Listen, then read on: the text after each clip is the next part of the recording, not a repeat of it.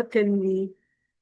I'm Dr. Tolosa, and I'm going to talk with you today about the health programs of the Department of Health, the non-communicable disease cluster. So I'll begin in a while. I'll turn my video off so that we can all concentrate on the contents of our screen.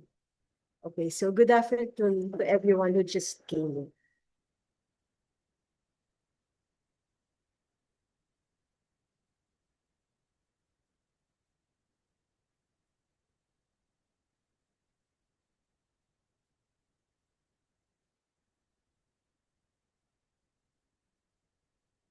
Good day. So we'll talk about the health programs of the Department of Health, the non-communicable disease cluster.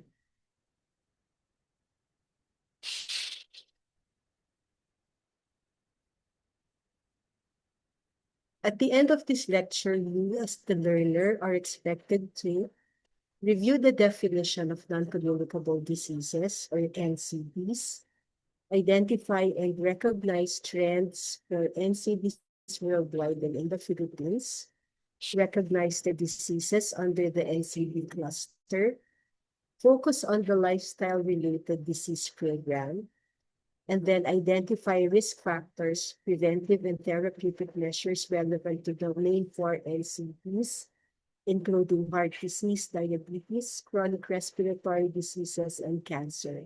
And then lastly, identify the policies underlying the lifestyle-related health program.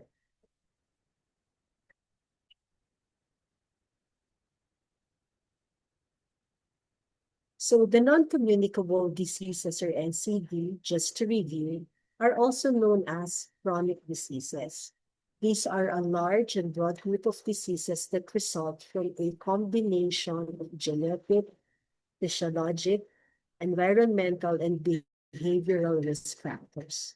They usually run a course of long or very long duration, and they're not transmitted through an infective agent, and neither are they caused by injury or extraneous physical factors.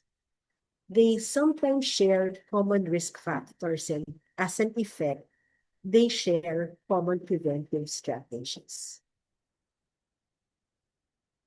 So if we look at the disease burden from non-communicable diseases in terms of the global scale, you see here the website Our World in Data, and this is what we see if we look at all these diseases across the world. What's interesting to know is that while the slope is rather gradual, there is a slow and steady increase in many diseases. And if you see the labels, on the left, you have the labels for the numbers, and on the right, you see the labels for the diseases. And here you see diabetes and other kidney diseases, you have cancers, you see cardiovascular diseases of the line. And interestingly, there's a button there that says edit. So if you touch that button, you can actually request for the Philippine data. And this is what we see from our own Philippine data, and this includes up until the year 2023. So there's also a gradual increase of most of these diseases as we see them plotted on this graph. So that's an important thing to remember, that both on the Philippine level and the global level, there is a steady increase of non-communicable diseases. If we look at the NCD status on a national basis, this came from another source and reflects August 2022 of FHSIS. The top 10 leading causes of morbidity are shown on the left. There's acute respiratory infection, hypertension, animal bites, UTI, acute lower tract respiratory infection, skin diseases, pneumonia, diseases of the heart, TB all forms, and fever of unknown origin. And we see among the 10, we have 2 that are non-communicable. And there we have hypertension and diseases of the heart. The 10 leading causes of mortality on the right shows us 6 non-communicable diseases: ischemic heart diseases, neoplasms, and cerebrovascular diseases claiming the top three spots, followed by diabetes mellitus, hypertensive disease, and skipping pneumonia and lower respiratory diseases. We have other heart diseases. So we get a view of how both getting sick and leaving this earth are being influenced or hinged upon the incidence of non-communicable diseases. This graph shows us the top causes of mortality in the Philippines for the year 2022 and 2023. The top three, again, we see ischemic heart disease, neoplasms, and cerebrovascular diseases. If we look at another time period, we see 2024 and 2025, although the source tagged this as provisional data, you see that the trend keeps up. So both time points of 22, 23, and 24, 25, we still having the top three: ischemic heart diseases, neoplasms, and cerebrovascular diseases. Just for a closer look, these are the actual numbers if you would like to take a second look. When we finish this lecture, we'll close the recording too, so that you can review, and I also share the PDF. But here you see better the numbers from different periods, comparative 2025, 2024, and this even shows the percent change. Okay. Now, this would all make sense if we understand what all the figures mean in terms of our local context at the very least. It's not within the scope of this lecture to talk about the global context, but we will touch on the local context beginning with the DOH 8-point agenda. Now, this is the agenda of the Department of Health, whose vision for the health sector is for Filipinos to be among the healthiest people in Asia by 2040, where we foresee or visualize better health outcomes, stronger health systems, and access to all levels of care. And this is incorporated in a strategy map on the 8-point action agenda. Sa healthy Pilipinas, bawat buhay mahalaga. So standing on the pillars of humanistic leadership and good governance, we have aims for bawat Pilipino, bawat komunidad, at bawat health worker at institusyon. So bawat Pilipino ramdam ang kalusugan, ligtas, dekalidad, at mapagkalingang serbisyo. Teknolohiya para sa mabilis na serbisyo pangkalusugan, at sa komunidad handa sa krisis, may pag-iwas sa sakit, at may ginhawa ng isip at damdamin. At sa bawat health worker at institusyon, kapakanan at karapatan ng health worker at proteksyon sa anumang panlin. The 8-point action agenda includes under its 8 priority health outcomes, and you see them listed here. And while a lot are directed towards communicable diseases and also maternal health or nutrition, we see there number 6 and number 7 occupied by NCD, specifically hypertension and diabetes, and NCD, specifically cancer. So the non-communicable disease cluster of the DOH includes or involves the following.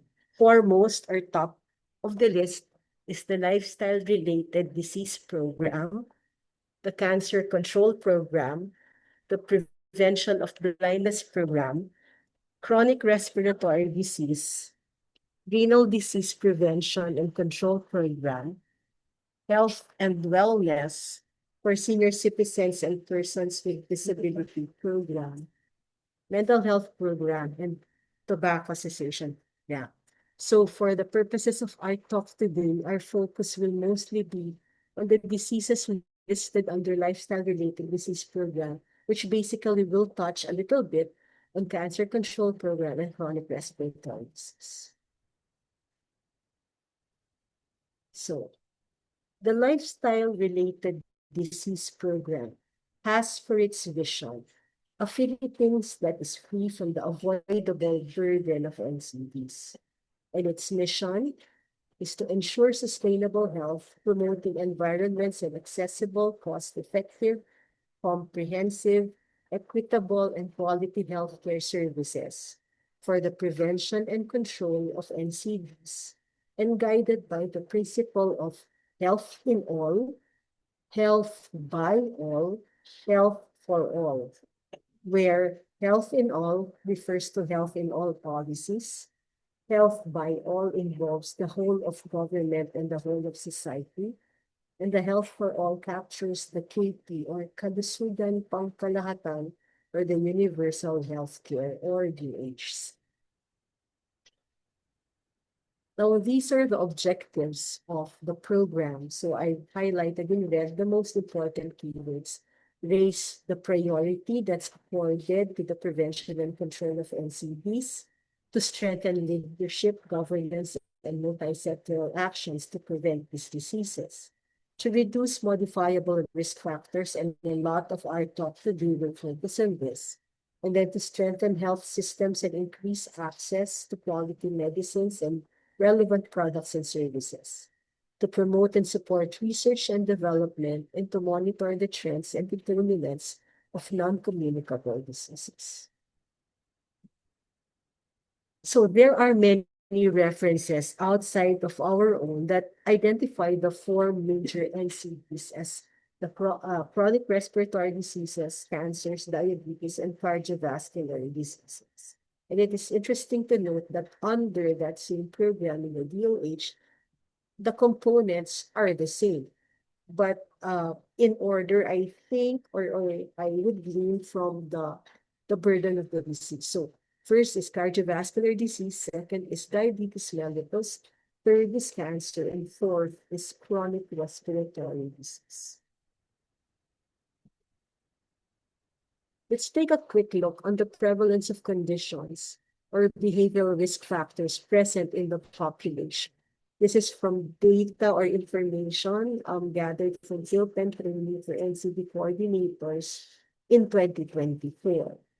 Um, so you see, I'd like you to note the trends. I will not, of course, ask exact numbers, but I'd like you to check the trends. There are trends that there's a line that goes up gradually, like for example, the one for hyperglycemia and the one for alcohol consumption. And then there are lines that go steeply upward, like the green one indicating insufficient physical activity, and the brown one, which is raised blood pressure. But it's noteworthy to see these lines that dip. The light yellow line, which represents smoking, has a very gradual decrease. But note the gray line right up in the middle. This is supposed to represent overweight and obesity. But see how it dips very steeply. Um, I'm a little I'm a little concerned about that because I'm not sure how I would take it. Because it's supposed to be a big risk factor that's predominantly present, but this one shows a very steep drop. So I'm taking that with some doubt in my mind as to the accuracy or maybe the completeness of the source of the data. It is possible that data may not have been complete. That's why it does not show the trend that we're most used to, which is an increase in people who are becoming overweight and obese. On the right, you see the targets for all these risk factors. For example, these are the named percentage changes according to the WHO voluntary global targets for NCDs for 2030. So, for example, the harmful use of alcohol, the target is at least 10% relative reduction in the harmful use of alcohol. Physical activity at 10% relative reduction. Raised blood pressure at 25% relative reduction. Obesity, the target is to halt the rise. No number given, just halt the rise, which is the same as for diabetes. As for smoking, it's the one that has or that requires or that targets a higher relative, the highest relative reduction, which is 30% relative reduction in the prevalence of current tobacco use in persons aged 15 and above. So you're very well familiar with this risk factors. I'm sure you've encountered them many times along the way in your medical education and journey. So we talk about tobacco, where there are about 8 million deaths every year, which are still projected to increase, including those from effects of exposure to secondhand smoke. And then there's excess salt or sodium intake, accounting for 4.1 million annual deaths. And then alcohol, 3.3 million annual deaths, more than half are from NCDs. And then we also have insufficient physical activity with 1.6 million deaths annually. There are also metabolic risk factors for NCD, which are well studied, documented, and recognized even by lay populations. For example, elevated blood pressure, overweight, and obesity, hyperglycemia, hyperlipidemia. Bakit wala kang turo binibili ng metro mo? Sorry. Tapos, kinakailangan. So moving on from those risk factors that we've identified, let's talk about the first of the four diseases that we've named earlier. So cardiovascular disease. Atherosclerosis is clearly identified as the cause of CVD, and it is documented, illustrated, and explained in many references. So we recognize the micro events of monocyte adhesion, LDL oxidation, macrophage infiltration, and then the formation of foam cells. And then what follows is smooth muscle cell proliferation and migration. And finally, you see fibrous cap formation, which then leads to plaque formation, and then rupture, and then thrombus formation. There are multiple risk factors that promote atherosclerosis. These include behavioral risk factors already mentioned earlier. And then we have metabolic risk factors, as mentioned also, raised blood pressure, raised blood sugar, raised blood lipids, and overweight and obesity. Other risk factors, poverty and low socioeconomic status, sometimes aggravating this conditional situations we are in. Then, of course, advancing age, gender, inherited disposition, and psychological factors such as stress and depression. Hypertension, while though a diagnosis in itself, is an important cardiovascular risk factor.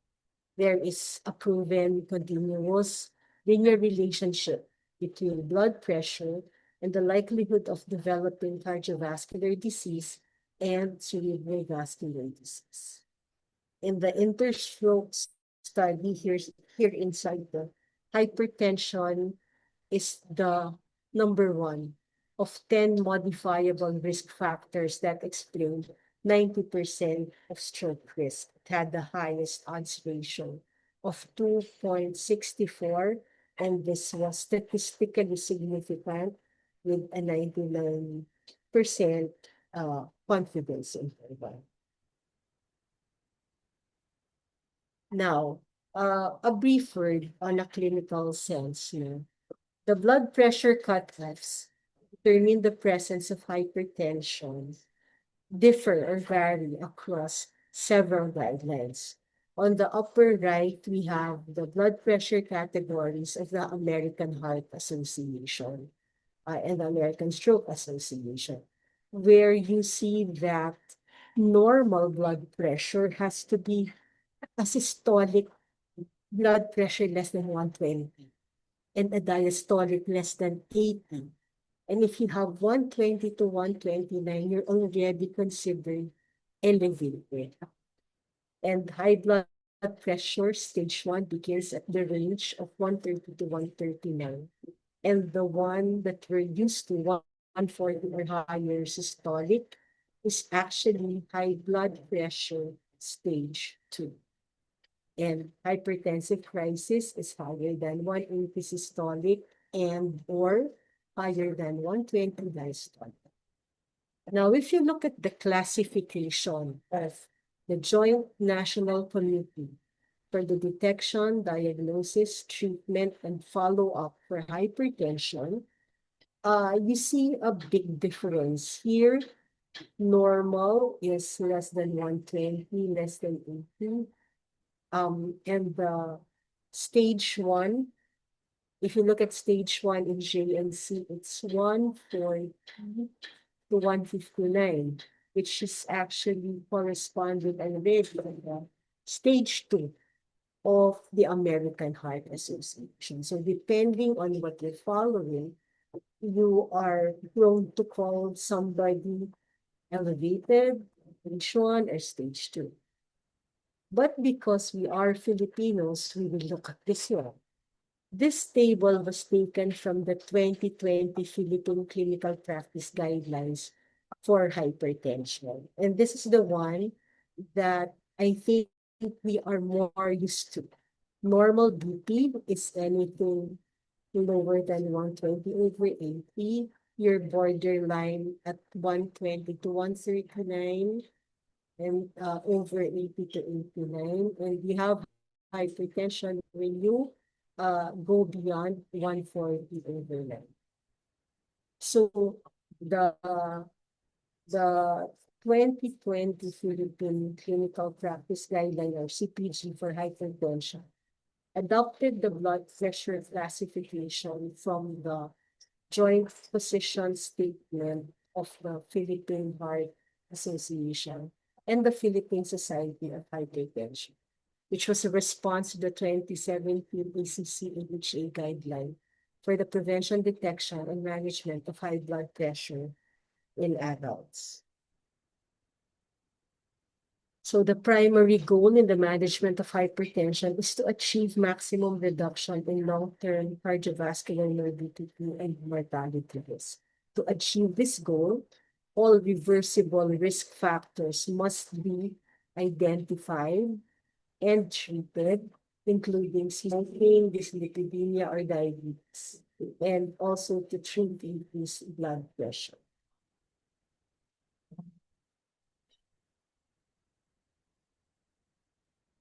Also the activities or behaviors pertaining to lifestyle, weight reduction, dietary salt reduction, adapt a DASH type dietary plan, moderation of alcohol consumption, and physical activity. This is very important because this has practical applications, or these are actually tips on what you should do every day in your life. For example, for weight reduction, try to attain and maintain a BMI of less than 25 kilograms per square meter. A dietary salt reduction to less than 6 grams of sodium per day. The adaptation of a DASH type dietary plan would include eating food rich in fruits, vegetables, and low-fat dairy products with reduced content of saturated and total fat. And then moderation of alcohol consumption. For those who drink alcohol, men should only consume 2 drinks per day, and for women, only 1 drink per day. Then physical activity, the WHO recommendations on physical activity state 150 minutes of moderate intensity per week, 75 minutes of vigorous intensity per week, or an equivalent combination of. This table shows us the pharmacologic management of hypertension, but I will not delve into this as this is not a lecture on therapeutics, but let's just see the main agents, the ACE inhibitors, angiotensin receptor blockers, beta blockers, calcium channel blockers, diuretics, and then we see how the international guidelines, which of them use which classes of drugs. And I think we can just leave it at that level. The long-term management of existing vascular disease might include or will include possibly invasive intervention, pharmacologic intervention, non-pharmacologic intervention, and again, cessation of smoking, dietary modification, rehabilitation, including exercise.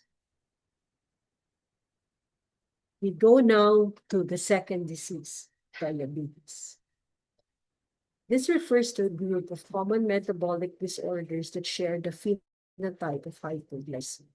And it's caused not by a single factor, but a complex interaction of genetics and environmental factors. Several distinct types of DM exist and present. We have type 2 DM, where we have destruction of the beta cells in the pancreas, and type 2 type 1, the first one is type 1, type 2, and then we have gestational diabetes. So the type 2 DM is characterized by insulin resistance in which target tissues do not use insulin properly. And then gestational diabetes is first recognized during pregnancy.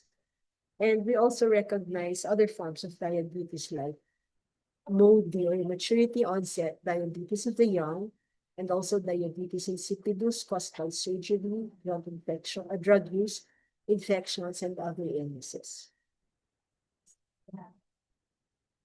So the proven and or possible risk factors per type include the following.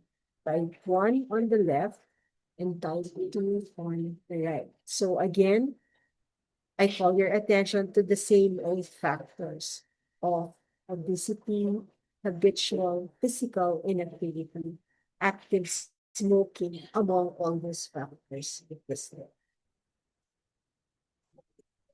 So interventions for preventing and treating would include screening and prompt treatment once identified, and the Department of Health has definite involvement in advocacy, education, public dissemination, call outs for the days that are allotted for particular diseases. For example, this poster shows us that November 13th is World Diabetes Day, and the Filipino family is called upon to fight diabetes. And there's an admonition to have your blood sugar checked for early detection and treatment of diabetes.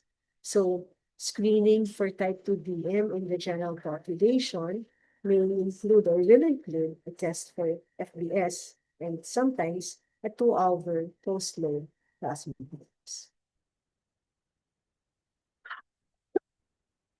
In treating diabetes and its complications, we address not only pharmacologic, or we use not only pharmacologic means, but also non-pharmacologic ones. So glycemic control using HbA1c as guide, control of blood pressure, cholesterol, the cessation of smoking, and then also annual screening of the eyes, and also the kidneys for microalbuminuria,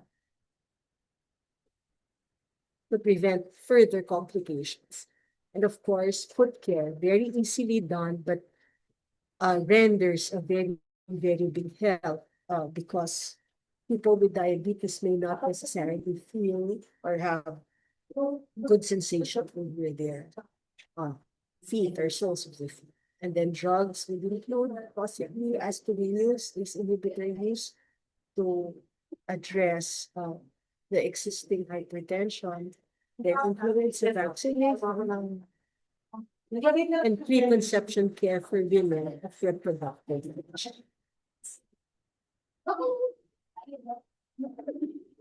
Diabetes education goals would include the following: to support the efforts of people with diabetes to understand the nature of their illness and its treatment, to identify emergency health problems at early reversible stages, to adhere to self-care practices, and to make necessary changes to their health. So there's a lot that can be done, not even at the medical level, but at the patient level and perhaps family and community level. The third one in our group of four is chronic respiratory disease as a group.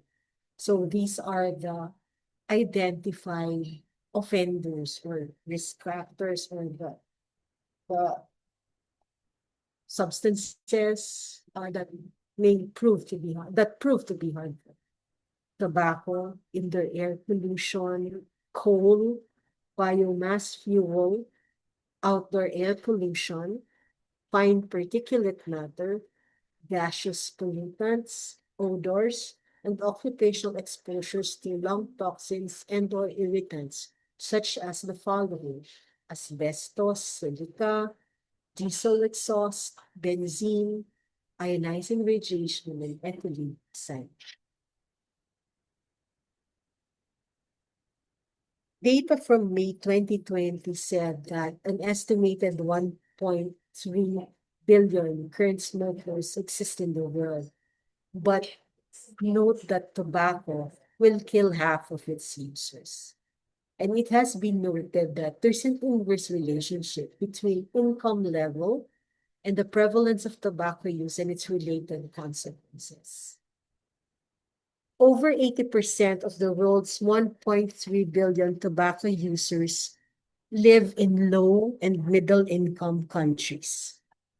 And tobacco is the single most preventable cause of death. The diseases caused by tobacco, single most preventable cause of death in the world, accounts for 10% of CVD death. And the major form of smoked tobacco exists in the form of manufactured cigarettes.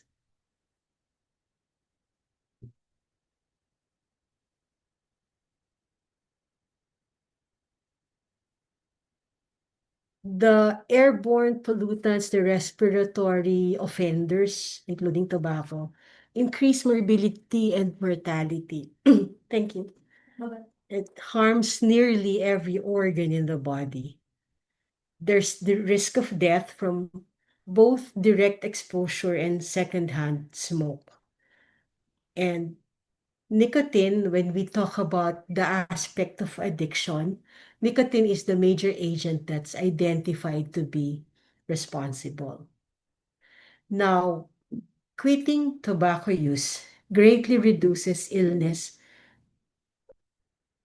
by immediately providing short-term benefits and lowering the risk of all diseases caused by smoking. There is a positive beneficial effect of smoking cessation to CHD mortality. So not only do you reduce your risk for chronic respiratory disease or for addiction, but you also decrease the risks of cardiovascular disease mortality.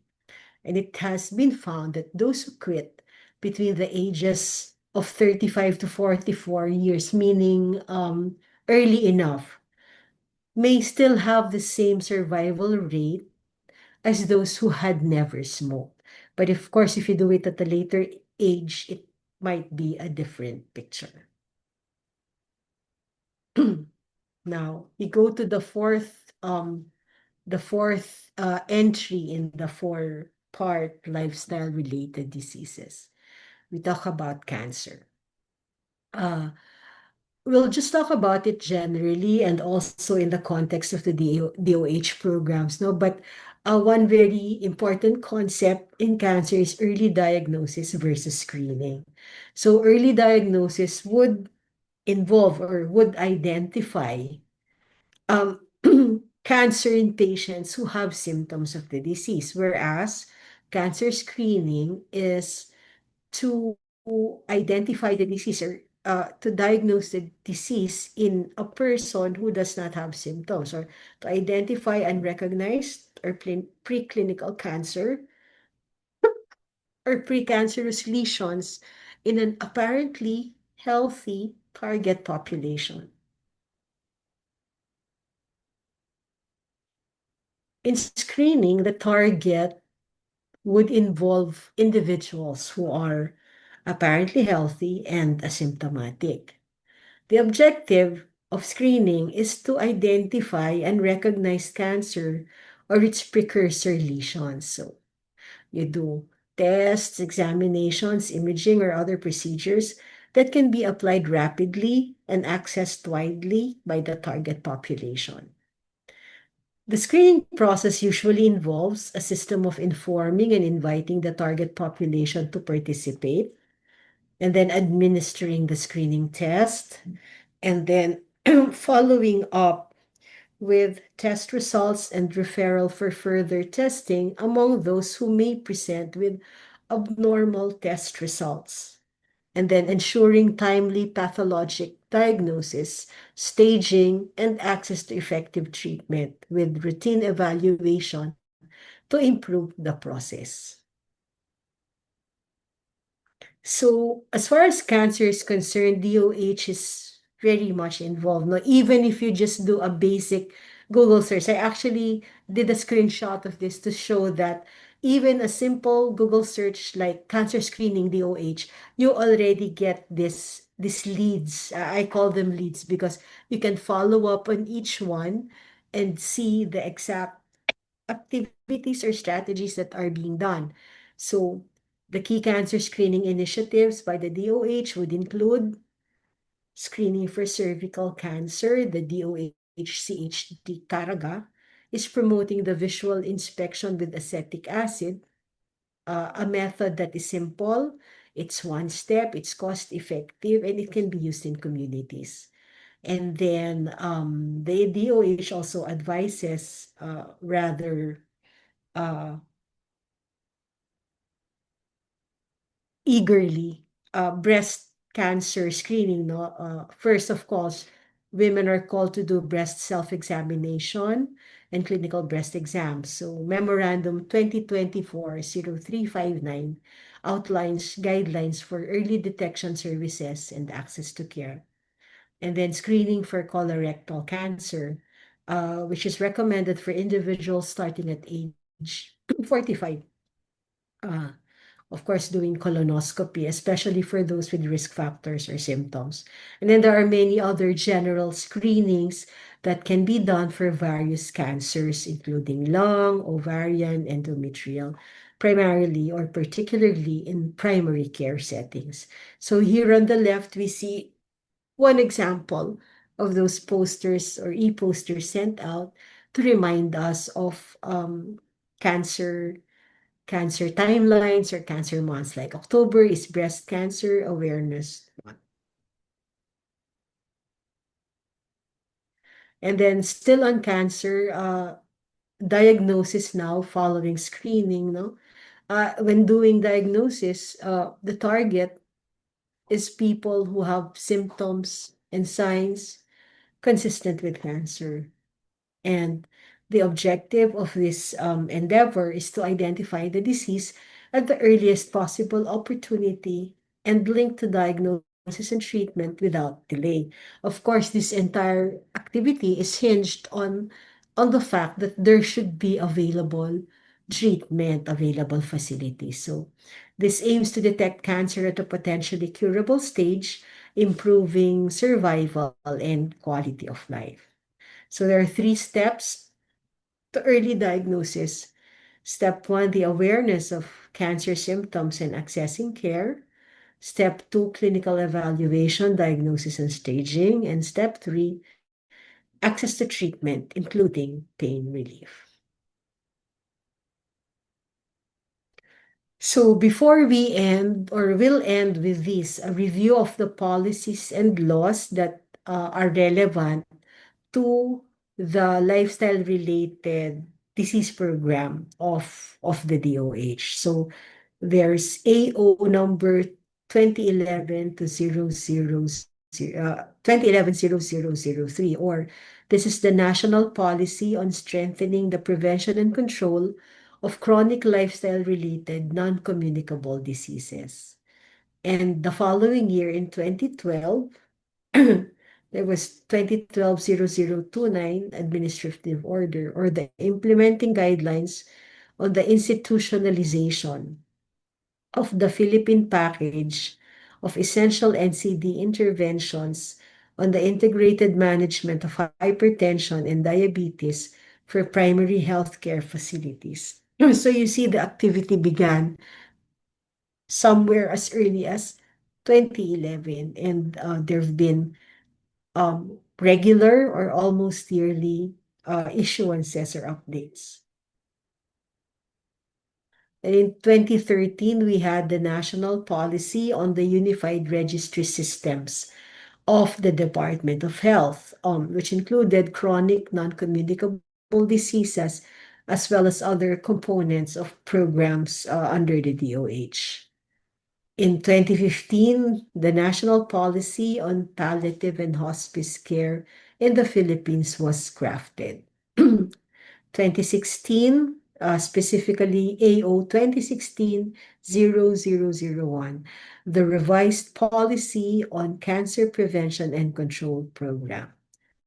And then lastly, in 2016, we had implementing guidelines on the organization of health clubs for patients with hypertension and diabetes in health facilities, understanding that people who suffer from certain diseases may be better equipped by support from other people having the same situation. So it's a venue for meeting other people, creating education and support measures for these individuals and their families.